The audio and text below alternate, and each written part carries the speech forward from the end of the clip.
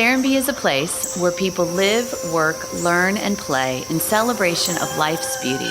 And we're here to share the stories that connect residents and guests to each other and to nature. This is Serenbe Stories.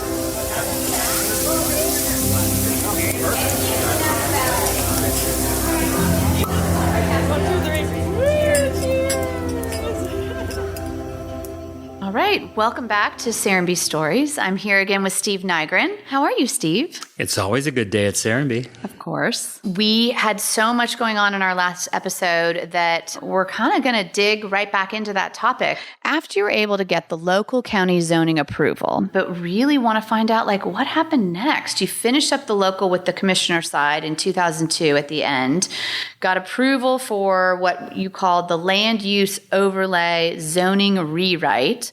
But you realized in order to implement that, you needed something else. What was that? Well, as we looked at the tools, we realized that transfer development rights was a key tool as you have the kind of preservation we were talking about. And Georgia at that time did not have a transfer development program that could work for us. And so we were in discussions with the University of Georgia law department and land use at the university. And so now we found universities were great because we were in these forward-thinking, cutting ideas that the universities were just anxious to actually explore. Mm-hmm. And so they did all the research and created the model legislation. That's great. Now we realized that this was an entire new subject for a southern state. Out west, Colorado, for instance, they were used to severing mineral rights, water rights. Mm-hmm. So the idea of severing development rights was just another right that you could sever from the land. Mm-hmm. One of the old fellows here said, "What do you mean? I either own the land or I don't. What are you trying to tell me?" and so this was a whole new concept for our elected officials as well. Okay. And so we brought in government leaders and elected officials from both Boulder County, Colorado, and Montgomery County, Maryland, because those were the two most successful programs in 2003, and I think continue to still be model programs. And so we wanted our elected officials and our government employees to really hear this from their counterparts in these two states where they work, because it was a complete concept that there was no basis for in the South. Right. And we did that. And in fact, we were so successful at that the Association of County Commissioners for the state of Georgia saw what an incredible land preservation tool this was, because it's an economic model. It isn't bringing in a nonprofit to get ahead of development. It actually joins development and preservation together. And so the Association of County Commissioners for the state of Georgia carried that legislation for us in the 2003 legislative session. And that's a pretty big deal that they would have done that, really helped push it for you. It was a huge deal. And then the fact, if you're around the State House at this time, you find that people see something that's kind of apple pie and going to sail through, and then they start attaching things that are problematic to the coattails. And so one of the big things is we felt pretty good about the case, and it wasn't something that anyone was paying much attention to. It was kind of like, okay. I don't quite understand it, but okay, go ahead. Those guys down there doing it's their no thing. problem. Yeah. So one of our biggest concern is that we would have coattails attached to it and would complicate the issue. But that transfer development rights for the state of Georgia was passed in 2003. We had so inspired government people as to what could happen that Governor Barnes pledged $1 million to our bank that would be through the Chattahoochee Hills Country Conservancy, because the people in his administration saw that this could really be of value for Georgia. With that, the Woodruff Foundation pledged another $1 million. Wow. And two additional foundations and an individual pledged $333,000,000. Whoa. So we were moving forward to really have a model bank. We started assessing the land, and through a grant from the Turner Foundation, we were able to engage Georgia Tech, and they did an assessment of all parcels of land in the Chattahoochee Hill Country. Oh, wow. And this was on historic significance, agricultural significance, threat, view sheds. And there were 5 filters they used to prioritize the most desirable land from a public perspective to remove the development rights from. Oh, okay. And so this was a very key tool. Of course, we kept this fairly confidential because what happens is many times land speculators will then jump on and start buying the land that you want to designate. Right? We found out the reason that Governor Barnes was doing that is he wanted it to test it, and that then it could be rolled out in his last year of his second term as a model for the state. Oh. Governor Barnes was not reelected, and thus that complete commitment from the state disappeared. Oh, wow. Because along with the Woodruff and the other. It takes a while to get people. We had spent a couple years educating everyone, and now suddenly we were having to start over with a new team from the state level. All 3 foundations then, because the pledges were tied to the governor's governor, to matching and then coming into that, so they all went away. But the individual who asked to remain anonymous stayed in. Oh, great. And we were able to use that money to buy the first grouping of transfer development rights from 2 separate landowners, and thus walk through all of the local paperwork. Okay. You have to have local enabling legislation, which the Fulton County Commission immediately gave us once the state law passed and was signed. But there's all the paperwork. Does this really work like it was laid out to do? Right. And you have the tax commissioners and the value of the severed rights and where are they held, and what does the deed, how does this attach to the deed? And so we had to work all of that out then. And so that was the next year or so using that to test. So let's step back to a little bit of what TDRs are, because we've talked about them in a previous episode. But if you could sort of walk us through what that looks like. So there's $1 million that's been pledged that sits in this conservancy that you kind of mentioned is a, quote, bank that sort of holds the funds. Tell me a little bit, walk me through, if I'm a landowner, what happens? Yeah, this, in Boulder County and Montgomery County, the local government acts as the bank. Okay. And so they, in both cases, they set a specific value on the transfer development right for the purchasing, and they use county funds to purchase those dollars. Okay. And then the county is the person who sells them. Okay.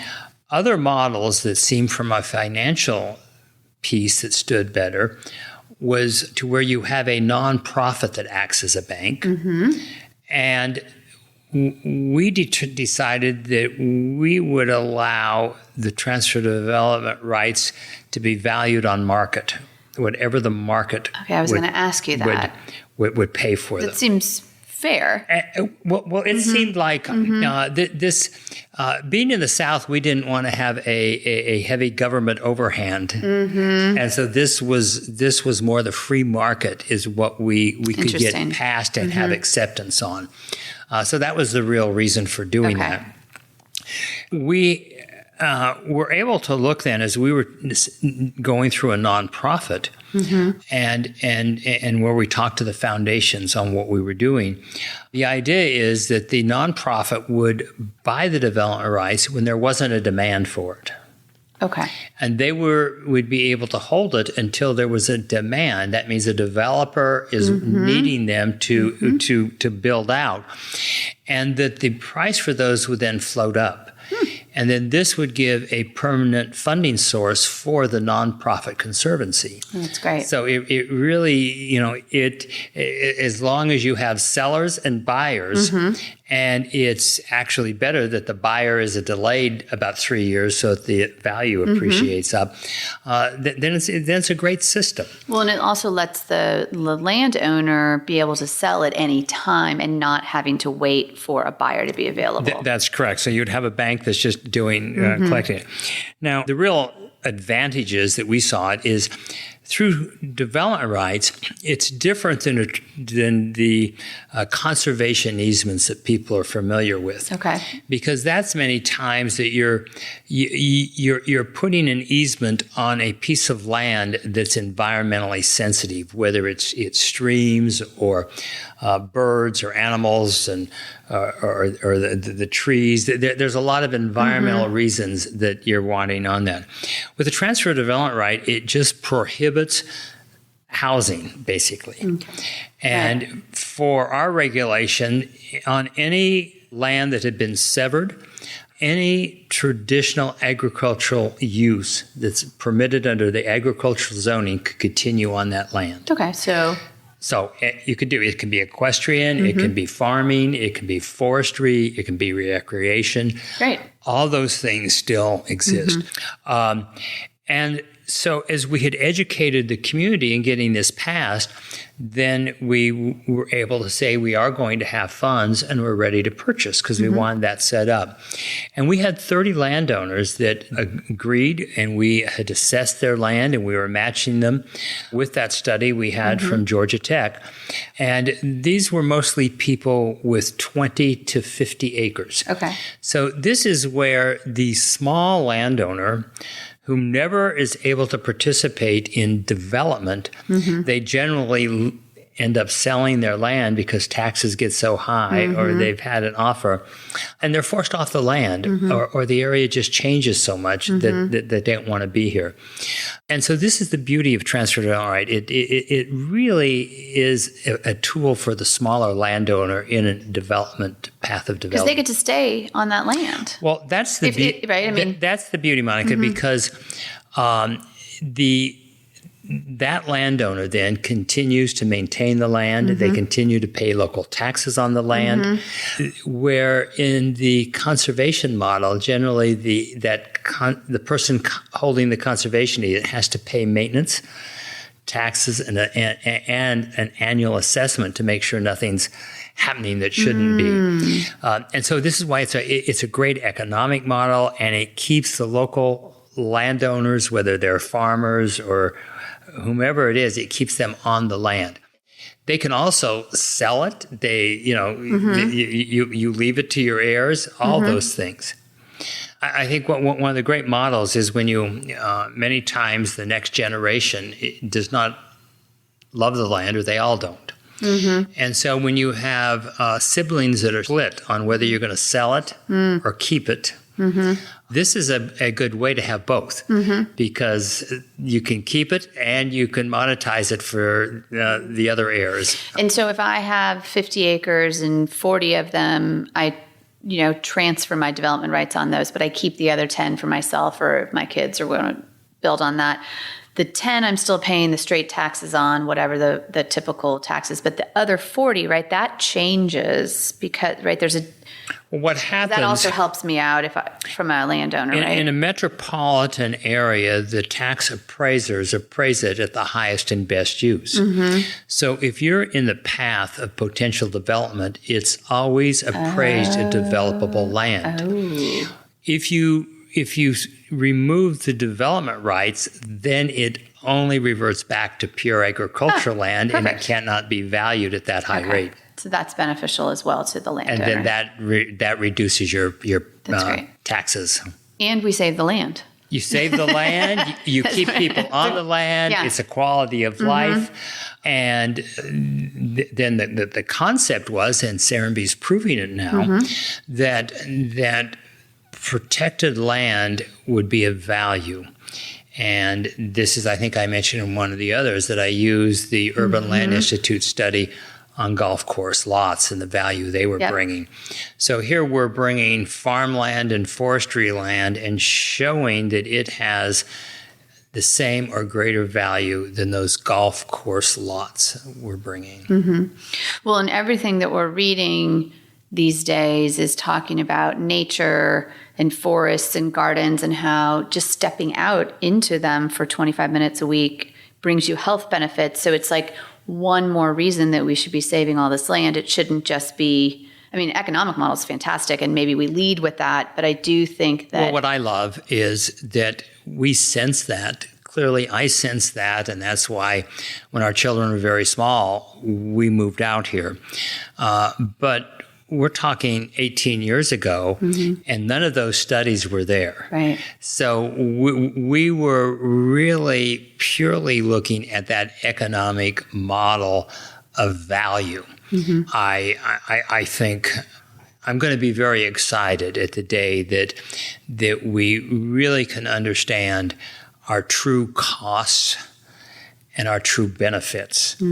So when you put energy, and I think we're at that point now, the people are understanding that an environmentally built building, things like geothermal and solar, you actually do save a lot of cash flow. So even if it costs you more, where we have not gotten and where I hope we're headed is understanding that we have lower medical costs if we live in clean housing with fresh air and non-chemical environments. And if we can put all those monetary savings from energy and health to understand we need to build better places for people to live so that we're not putting that money in non-healthy, non-sustainable areas. Right. Well, and that leads me to another question. After you got the approval on the local level, approval on the state level, you were like full speed ahead. All right, we think we've got everything done. We're going to build this place. But you still kept running into sort of policy issues or silos. And this kind of goes a little bit to what you're saying that, and I think it is hard, an economic model, and we have to lead with that sometimes to get the funding and to really get the attention of the markets. But you kept running into... Well, I'm clearly a optimist, and I was a naive developer by default. And so I just knew the fact that we had really created something amazing. The editorials were just praising us on this large land use change and zoning rewrite and now transfer development rights. We were so progressive. I just knew everyone was going to love us. Of course. And having borrowed money to expand our restaurants, and I was sure I was never going to go in debt again. Of course. But I knew this was such a brilliant idea that several investors were certainly going to line up and be happy to take a piece of the pie. Sure. And that's when we created these wonderful boxes that showed... Put a picture on the website. There through, yes. I mean, these, and our tagline is that we were creating a community of people in a community of trees. And we commissioned various artists to do hand sketches because we wanted to let everyone know this was going to be something very special. And so I used those to leave at people's offices. I mailed a couple to investors in Chicago that I knew were going to be, or in New York and Chicago that I knew were going to be very excited. And, now, these many years later, they've shared with me how hard they laughed at this idea. No. So, we were way out front, but when I was so in the passion of it was there, it felt we were very current. But financial institutions really want something that is proven. And no one was doing this is part of why we found out. And many of the financial people, when I had to explain what we were doing, they would ask questions like, you mean those straw bale house communities? Right. And, in 2000, 2002, we still had an image that environmental meant a lot of the things in the 70s that had come out, the experimental things. Bunch of hippies in San Francisco. It was exactly. So, and I realized here we were in the capital of the South, that my words and the ideas that I was so excited about were communicating a very different image than I had about what we were doing. Right. But along the line, Ray Anderson and others had pushed me through that threshold of passion. And at this point, I felt I had to do it. Right. And so I was not going to let money stop me, if you will. And I had been very bullish about Midtown Atlanta in the 70s and bought land there for my restaurants, for our corporate headquarters. Another land that I thought Midtown was going to even be more of an arts center than it was, especially on the southern end. So I was buying up property there. And then in downtown Decatur, to go in Decatur. That was a good idea. The only reason I was willing to do the restaurant is if we could buy the building. So we had a multi-use building on the edge of Decatur. And so I finally found a banker who was very interested in what we were doing because he lived out in Madison, east of Atlanta, and they were worried about the same things with urban sprawl. And he brought a group of landowners here to understand what we had done with our zoning and our transfer development rights. And so I said, by the way, we want to prove this works, but nobody wants to give me money or invest in it. And he then asked his banker to meet with us. So because of that introduction, they did agree to loan me money. But once I looked at the papers and what they wanted, I realized that they were leveraging my holdings about 4-1. Oh, gosh. So they were doing it just because they had been asked to do it, but they really thought they were going to be taking a lot of property back in exchange for it, as I realized. But it gave us the resources to put the infrastructure in for the first 40 lots. Okay. And so as I crossed that barrier, then I thought, wow, I'm ready now. I've got all my zoning. We've gotten the rewrite, so I can do things like LiveWorks and I can put commercial across from residential, the things that we'd had in the 30s, but zoning laws across the country have been so sanitized that you couldn't do any of those things anymore. And now I had the funds, so we're ready to go. Right. And of course, there are several check boxes that I was learning that you had to have before you could actually go. Okay. Now, we had found our civil engineers and we had all the construction drawings for the roads and we'd gone through all those battles about grades, but the hills I'd have to cut down to give the required grades, and that was going to cause stream buffer problems. And that's where I found out that a lot of the regulatory communities were so siloed that they did not realize the unintended consequences that one requirement did to the other. Right. For instance, the minimum grade that's required for roads require a lot of hills to be torn down. And what's the minimum grade? So it's 12%. And give me an example. So for an example, where the Hill restaurant and the office building is, that entire hill was required to be cut down basically to where it was a very gentle slope so that the road next to it could be very gentle. We got a variance to make that 14%. And if you actually checked it, it's more than that. But, but I realized that if we were to cut the hill down, it was going to take away all the trees and the natural habitat and the underbrush that would cause incredible runoff to the stream below us. Yeah, and there's a beautiful stream down at the bottom of that hill. Yeah. And so to cut the hill to that proper grade, we'd have to grade all these trees, many of them that are still standing now today at 40 and 50 feet. See, that's interesting. They would have all been taken down. Right. But you don't think about, I mean, as a general consumer, you don't think about that. You're like, oh, okay, great, change the grade, no big deal. But even all the consequences. Even the departments that look at the grades on roads and how roads have to be built don't look at what it does to the forestation or to the streams. And so this is where I realized the silos in regulation that we're not understanding the cause and effect of what they were talking requiring. To each other, right? You know, it makes logical sense what they wanted to do for one thing, but then they're not looking at all the other things. So this is my aha. No wonder we have places that look like they do.